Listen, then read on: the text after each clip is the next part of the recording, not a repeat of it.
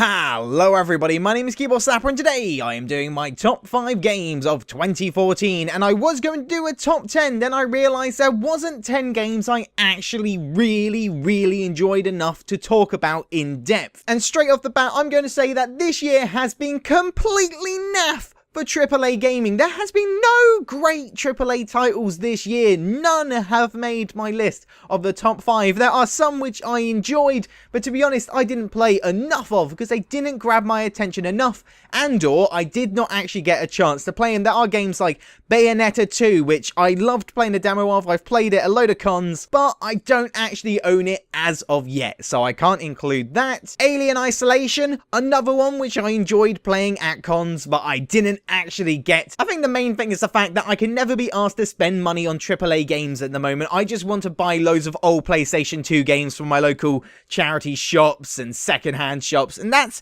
basically all I spend my money on these days. So let's kick this off at number 5 with Tower of Guns. This game is absolutely manic if you could not guess by the title alone. This is a first-person roguelike, and I'm not really into roguelike games. There are a couple that I've gotten into over the years, but this one has been the main one for me. This game is so goddamn silly. The upgrade system is great, and the fact that it's just fucking guns everywhere. It's just something which I hadn't really seen before and I really enjoyed. There's nothing quite like walking into a room and just seeing 100 guns spawn in the wall in front of you. It's absolutely crazy and I love it. It also holds one of the cutest little robots I have ever seen and had the pleasure of blowing into pieces. And at number 4 we have Robot Roller Derby Disco Dodgeball, and though this game did come out in 2013 as an early access game on the Humble store, it officially got released on Steam in 2014 with loads of new content, a new style, and it's all just great fun. It's a really simple game, but I've always wanted there to be a dodgeball video game, and these guys have got the mechanics down to a T. I just never expected it to involve robots and or discos, but I'm glad the combination exists. This game is the one for the cool moments, the real, oh look what I just did there moments, the one where you just grab a ball, you do a flip, you throw it at a guy's head, explosions, colours, and the soundtrack just makes you go, woo!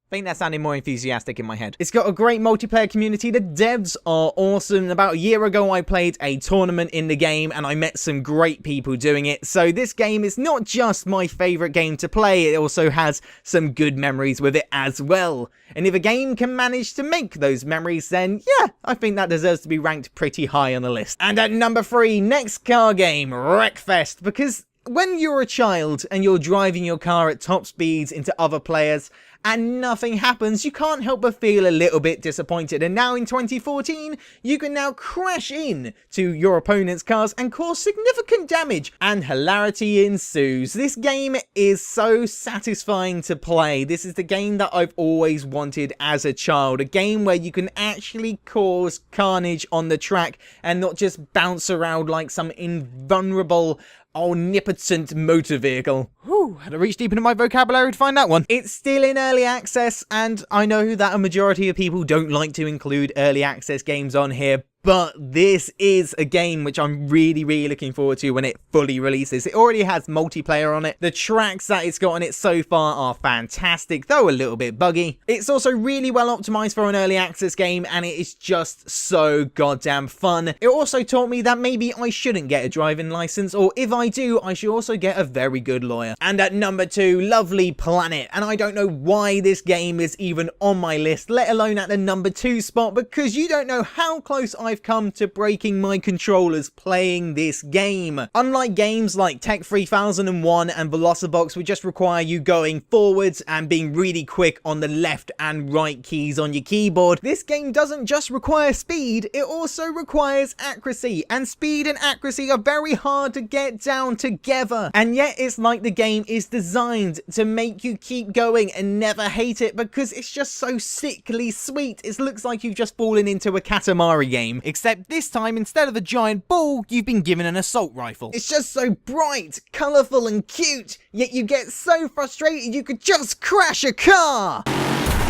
Maybe that's why next car game is at number 3, because I used it to let out my anger after playing Lovely Planet. Well, that makes sense. And at number 1, Lethal League. There's not many things in the world that I love more than a good fighting game, let alone a fighting game which takes the original formula and throws it over its head. Lethal League is the most unique fighting game I have probably ever played, and I don't know if I can really call it a fighting game. For ages, I was just like, is this a sports game? Or a fighting game, or is it just, can you combine the two? Is that a thing now? Let me sum it up to you. Instead of just smacking the guy with a baseball bat, you hit the ball and hit it at such a high velocity that you knock the guy out of the arena.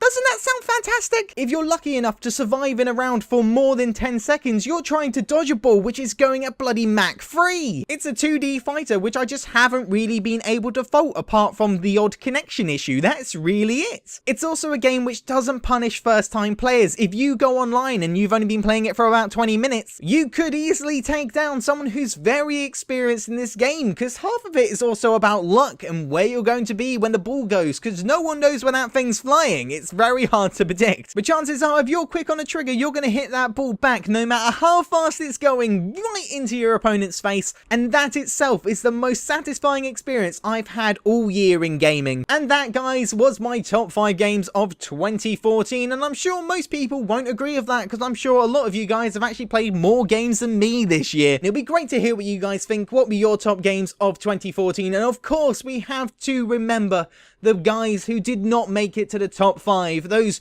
honourable mentions.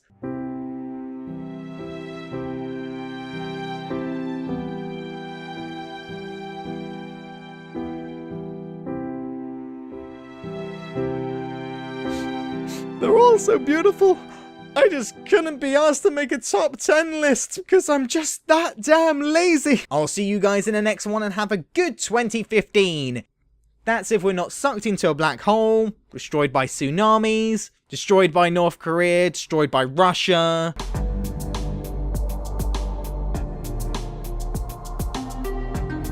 Destroyed by America, fracked into the center of the earth.